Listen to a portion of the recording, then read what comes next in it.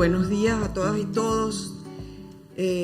Un profundo, solidario y afectuoso saludo bolivariano y chavista. Para mí es un honor estar en esta universidad,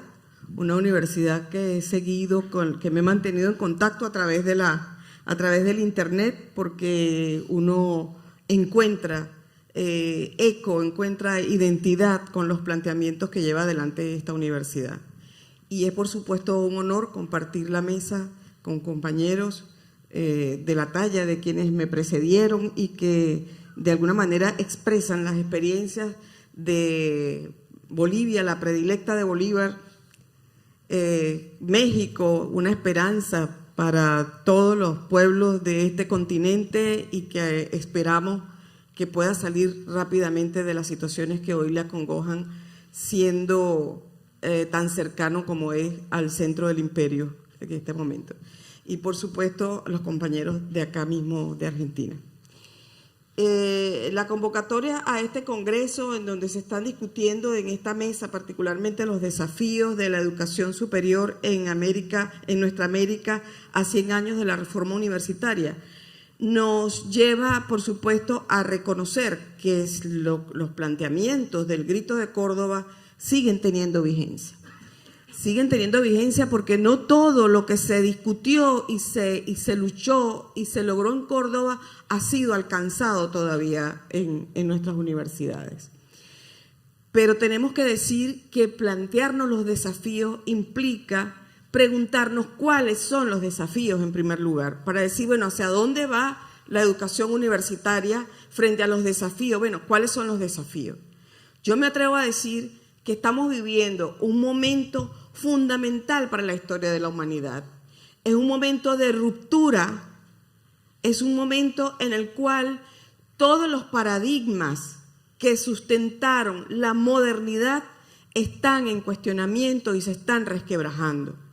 Es decir, estamos acudiendo a un cambio epocal que posiblemente no está a la vuelta de la esquina, pero que estamos transitando ese cambio epocal. Y cuando estamos diciendo que los paradigmas que han sustentado la modernidad es un elemento que nos concierne profundamente al campo de la educación universitaria, porque la educación, y particularmente la educación universitaria, han sido pilares fundamentales para lo que significa el posicionamiento de esa racionalidad cartesiana, de esa visión del mundo de la dominación, para transitar lo que significan los intereses del capital y convertirlos en instrumentos precisamente de la dominación de los pueblos. Y estoy hablando de la universidad occidental fundamentalmente, una universidad que nace en el siglo XIII, por supuesto la experiencia en el mundo es mucho más antigua porque viene de Grecia, viene de los pueblos árabes, pero la universidad occidental nace en el siglo XIII. Y el paradigma que ha sustentado la universidad occidental es el paradigma que sigue hasta hoy.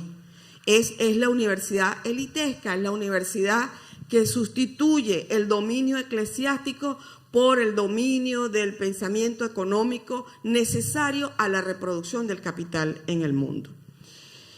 Esa es la universidad con la que nosotros estamos caminando hasta hoy. Por supuesto, no es una universidad homogénea, no es uniforme. Desde su seno, a partir de lo que significa el pensamiento crítico, el pensamiento transformador, han surgido diferentes corrientes, se han expresado diferentes mecanismos de lucha y nuestra América es un ejemplo de ello. En nuestra América nosotros podemos señalar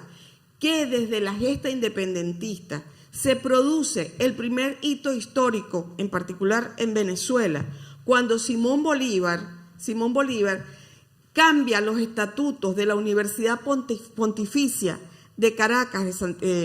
centrada en lo que se llamaba el Real y Pontificio Colegio de Santa Rosa de Lima, y la transforma en la Universidad Central de Venezuela, porque Simón Bolívar, que es discípulo de Simón Rodríguez, reconoce que para construir la nueva república que teníamos a partir de la gesta independentista necesitábamos formar los nuevos republicanos. La república entendida en el contexto del periodo de la colonia, lo que significaba enfrentar a la monarquía. Y Bolívar, con los nuevos estatutos, convierte a la universidad en una universidad laica, en una universidad que supera las enseñanzas religiosas, que era lo que predominaba hasta el momento, y la transforma en una universidad que va camino a abrazar el pensamiento cartesiano y el pensamiento científico. De hecho, el primer rector que nombra es un médico que hasta ese momento era imposible que un médico pudiera acceder a la educación superior. Y además decide que los criollos, que los zambos, que los negros tenían derecho a estudiar en la universidad. Y eso es un hito que nosotros tenemos que reconocer, porque América Latina todavía no ha terminado de reconocer profundamente lo que hizo Bolívar por nuestros pueblos. Así que eso es un elemento que pongo acá. Todo lo que recorre del siglo XIX hasta muy avanzado el siglo XX es la universidad concentrada, abrazada con los objetivos del capitalismo que está construyéndose sobre la base de la estructura de la modernidad, que es igual una estructura colonial, solo que en vez de ser dominado por los imperios del siglo XIX, comienza a forjarse la dominación de lo que sería el gran imperio del siglo XX, del siglo XXI que llevamos hasta hoy. Eso es el papel que cumplen las universidades. Y repito, teniendo en su seno, por supuesto, grandes contradicciones que dan lugar a que surjan de allí corrientes transformadoras, corrientes emancipadoras, que gracias a ello muchos estamos por estos lados. Para el siglo XXI, yo estoy dando unos saltos enormes en aras del tiempo, tengo que decir que para Venezuela quien marca el nuevo hito en la educación superior o educación universitaria es Hugo Chávez Frías. Hugo Chávez Frías, a partir del 2003, con ese inmenso amor y convicción sobre lo que significa la educación para la emancipación de los pueblos, además de impulsar grandes procesos transformadores para la educación básica y la educación media, impulsa también un proceso de transformación de la educación universitaria que tiene dos ejes. Un primer eje que está referido a la inclusión, porque esa universidad de la modernidad, la universidad de la Cuarta República, se dirigió básicamente a formar los profesionales. Es una universidad profesionalizante, es una universidad ideologizante que va precisamente concurriendo con los objetivos de la expansión del capital y la dominación del capital, y Hugo Chávez, que reconoce cuál es el papel de la educación, cuál es el papel de las ideas en la transformación de la patria chica y de la patria grande. Hugo Chávez impulsa, por un lado, lo que significa una universidad para la inclusión, y en función de ello crea, en primer lugar, la Universidad Bolivariana de Venezuela, que se concibe, se diseña desde otra perspectiva teórica y metodológica, una universidad para el pensamiento crítico transformador y una universidad para la inclusión. Y casi simultáneamente, estoy hablando de julio del 2003, y casi simultáneamente allí anuncia de una vez el nacimiento de la misión Sucre, que echa a andar en octubre del mismo 2003. La misión Sucre se entiende originalmente como un esfuerzo, como todas las misiones que creó el comandante, un esfuerzo para disminuir la deuda social, pero fundamentalmente un esfuerzo para romper con la estructura del Estado y con el modelo sobre el cual están conformadas las universidades tradicionales en Venezuela. ¿Eso qué significaba? Una universidad territorializada, además de ser para la inclusión, una universidad territorializada, una universidad que además se conforma con el conocimiento que proviene desde nuestros pueblos, desde nuestros ancestros, que se encuentra con el conocimiento científico o con los saberes que se producen en los diferentes ámbitos del pensamiento nuestroamericano. Eso marca un hito que todavía tampoco ha sido suficientemente sistematizado y que en el tiempo será reconocido, porque permite sacar de la exclusión a inmensos contingentes de seres humanos a quienes se les había negado el derecho a la educación universitaria. Para el momento en que se inicia la revolución, nosotros no llegábamos a 800.000 estudiantes universitarios, 780.000 aproximadamente, teníamos en el 98, y teníamos casi 600.000 estudiantes que habían optado por ingresar a la educación universitaria y que se les había negado ese derecho. La misión Sucre, junto con la Universidad Bolivariana, vienen a resarcir de eso, y hoy en día nosotros tenemos que las nuevas cohortes que están ingresando a la misión Sucre ya no son las cohortes de personas de la tercera edad para los cuales la educación universitaria era un viejo anhelo más que la obtención de un título. Hoy en día tenemos población joven que está ingresando a la educación universitaria como un derecho. El otro elemento que marca Hugo Chávez es con la Constitución del 99. Por primera vez la autonomía queda registrada y adquiere rango constitucional dentro de lo que significa la Constitución del 99. Pero además el derecho a la educación, que en la Constitución anterior apenas llegaba a la educación primaria y era a lo que se comprometía el Estado, en la Constitución del 99 la educación universitaria forma parte del articulado de la Constitución y se establece que el derecho a la educación va desde la educación inicial hasta la educación universitaria, y eso tiene rango constitucional y por lo tanto compromete al Estado en la garantía de ese derecho. Esto va acompañado también de lo que significa el articulado en torno a lo que es la ciencia y la tecnología, reconocidos como bienes públicos, reconocidos como elementos fundamentales para el desarrollo integral de los pueblos. Esto va formando un entramado que se va expresando en las políticas y se va expresando en los programas y los proyectos como el que mencioné, que son las misiones. ¿Qué ocurre en estos años, sobre todo en los 15 años que nos han precedido en nuestra América? Por supuesto, hemos atravesado un camino de revolución bolivariana, un camino de reencuentro con lo que son los objetivos históricos de emancipación de nuestros pueblos, con los objetivos históricos de liberación y con los objetivos históricos de integración de los mismos y de unidad de los pueblos nuestroamericanos. Esos 15 años que hemos transitado y que hoy han sido duramente atacados, duramente heridos, duramente debilitados, no significa que sean objetivos que están perdidos. Hoy esos objetivos están más vigentes que nunca, porque hoy la misma generación que ha logrado vivir, transitar, construir y luchar por esos objetivos históricos de emancipación es la misma que está enfrentando el retorno neoliberal para América Latina, para nuestra América. Es la misma generación, de manera que su memoria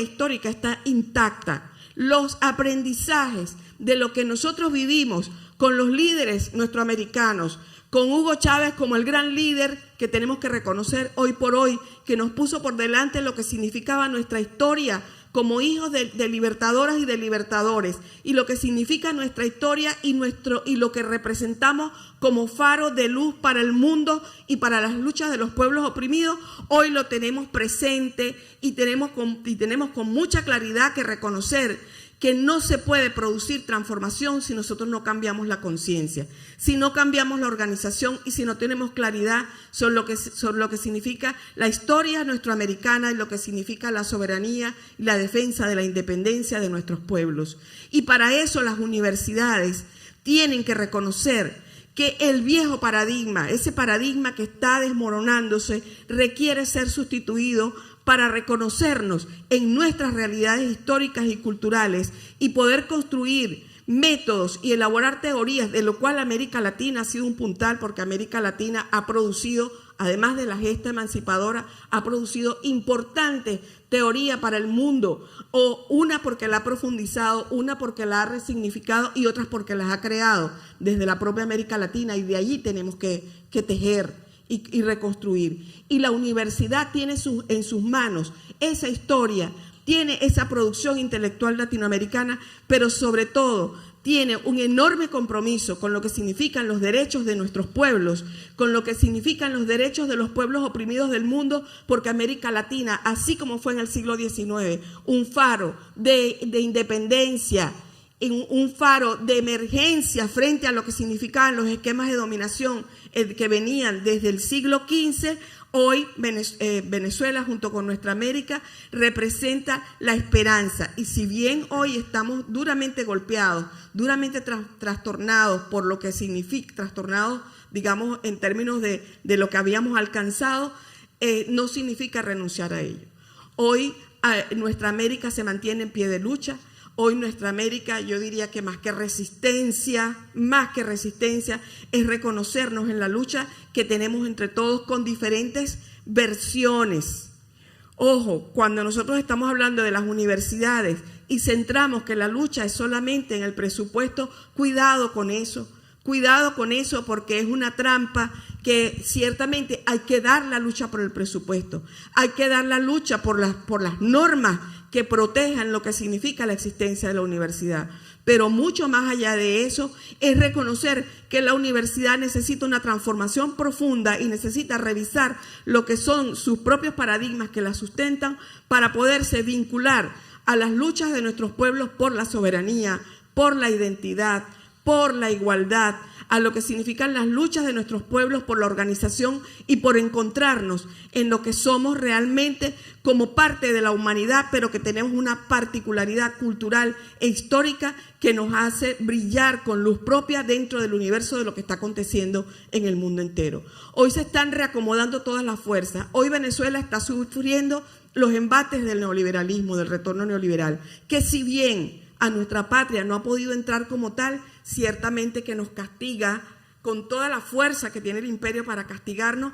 por la vía de lo que significa la agresión mediática permanente sobre las emociones, sobre la espiritualidad del pueblo, lo que significa la guerra económica, lo que significa la amenaza militar de dominación, lo que significa el bloqueo financiero, lo que significa el bloqueo del tránsito de alimentos y de medicamentos para nuestro pueblo. Eso lo está sufriendo Venezuela. Sin embargo, hoy el pueblo venezolano, el pueblo chavista, el pueblo bolivariano se mantiene rodilla en tierra defendiendo lo que vivimos, lo que construimos de la mano con el comandante Chávez y que estamos dispuestos a seguirlo defendiendo y a seguir contando con el apoyo y apoyándonos con los otros pueblos nuestroamericanos en función de lo que representa para nosotros poder defender el futuro y seguir construyendo la vida digna que nosotros nos merecemos como seres humanos y como seres hijos de libertadores de América. Muchas gracias.